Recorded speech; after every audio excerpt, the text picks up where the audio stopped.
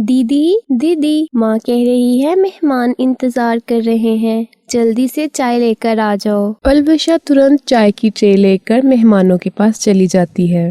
उसके सर पर बांधा रुमाल देखकर लड़के की माँ कहती है, अरे इसने सर पे रुमाल क्यों बांध रखा है? तभी पलवशा की माँ लता बोल पड़ती है, जी वो मेरी बेटी को स्कार्फ बांधना बहुत पसंद है। अरे ये कैसा फैशन हुआ? मुझे तो अपने बेटे के लिए अच्छी फैशन सेंस रखने वाली बहू चाहिए। चलो चलो बेटा उठो, चलते हैं, यहाँ समय बर्बाद करने की जरूरत नहीं। पलवशा के लिए आए हुए हर रिश्ते की तरह इस रिश्ते से भी इनकार हो जाता है। पलवशा की माँ लता चिंतित होकर कहती है, पता नहीं ऊपर वाले ने मेरी बेटी के भाग में क्या लिखा है। इन जुओं के कारण ही तो मेरी बेटी का रिश्ता नहीं हो पा रहा, नहीं तो मेरी बेटी चांद का टुकड़ा है टुकड़ा। तभी पलवशा के पिता रमेश अपनी पत्नी लता से कहते हैं, लता तुम चिंता नहीं करो, चंदू बाबा ने बताया तो है शादी के बाद पलवशा की सारी जुएं खत्म हो जाएंगी। हाँ मगर इन जुओं के साथ शादी होगी तब है ना, कौन करेगा मेरी बेटी से शादी?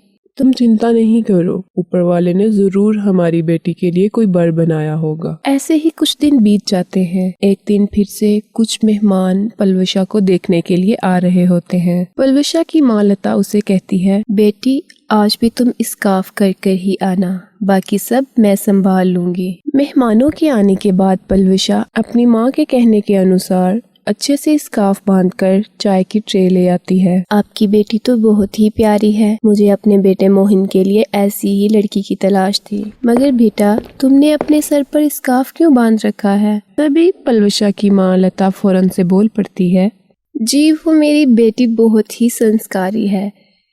कल दिवाली है तो उसके लिए साफ सफाई घर के कामों में लगी हुई थी, अभी नहा कर आई है। ड्रायर से भी ड्राई करते उसे काफी समय लग जाता और मेहमानों को इंतजार करवाना अच्छी बात नहीं।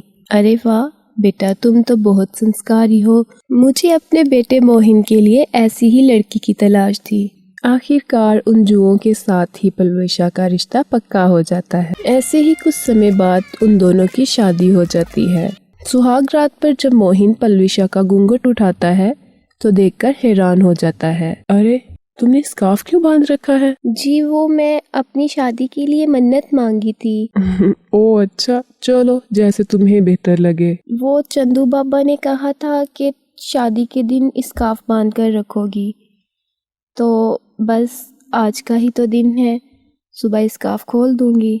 शादी से अगली सुबह ही पलवशा को अपना सर बहुत हल्का महसूस होता है। अरे वाह, ये मुझे इतना हल्का क्यों लग रहा है सर में? जैसे ही वो स्कार्फ खोलकर शीशे में देखती है कि उसके सर पर एक भी जू मौजूद नहीं, वो बहुत खुश होती है। मगर तभी उसके कानों में उसके पति मोहिन की आवाज पड़ती है, माँ माँ, अरे माँ कहाँ हो तुम?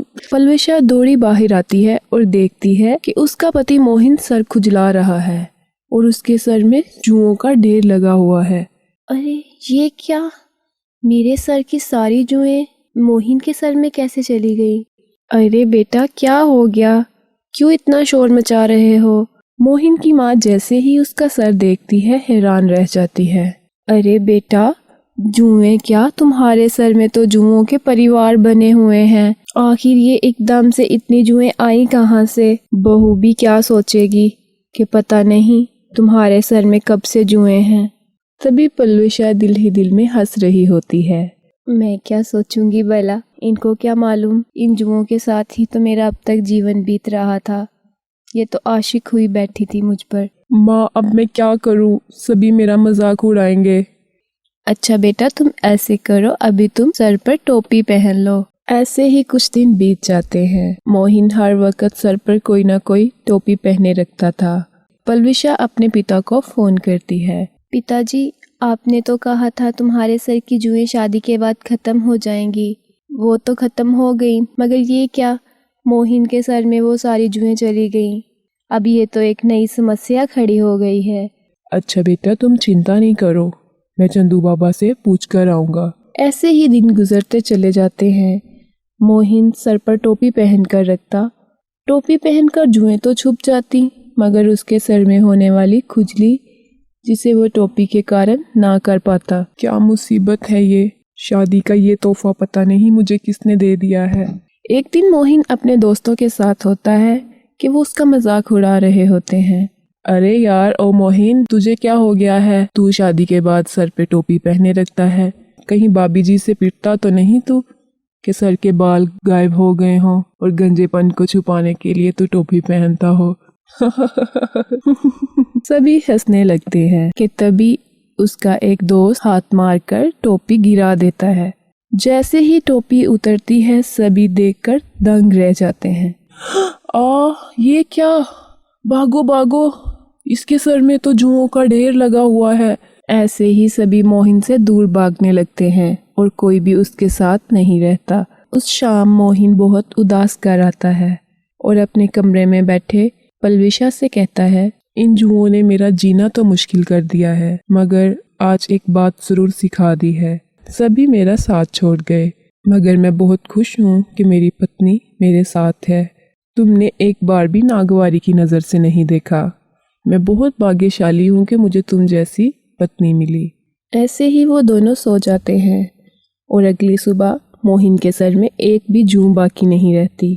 पलविशा अपने पिता को खुशी खुशी फोन करती है। पिताजी, मोहिन के सर से भी जुएं चली गईं। मोहिन के सर से क्या, मेरी जिंदगी से ही चली गईं। मगर इन जुओं के जाने का कारण तो मुझे नहीं मालूम कि आखिर ये जुएं चली कैसे गईं। हाँ बेटा, मैं चंदू बाबा से मिला था और वो बता रहे थे कि जब पलविशा का पति उसे दिल से कबूल करेगा और उसके अंदर की खूबसूरती को जांच लेगा, वो जुएं खुद ही वहाँ से चली जाएंगी। तो ना तो तुमने अपने पति का साथ छोड़ा और ना ही उसने तुम्हें, जिसके कारण वो जुएं हमेशा के लिए तुम दोनों की जिंदगी से चली गईं।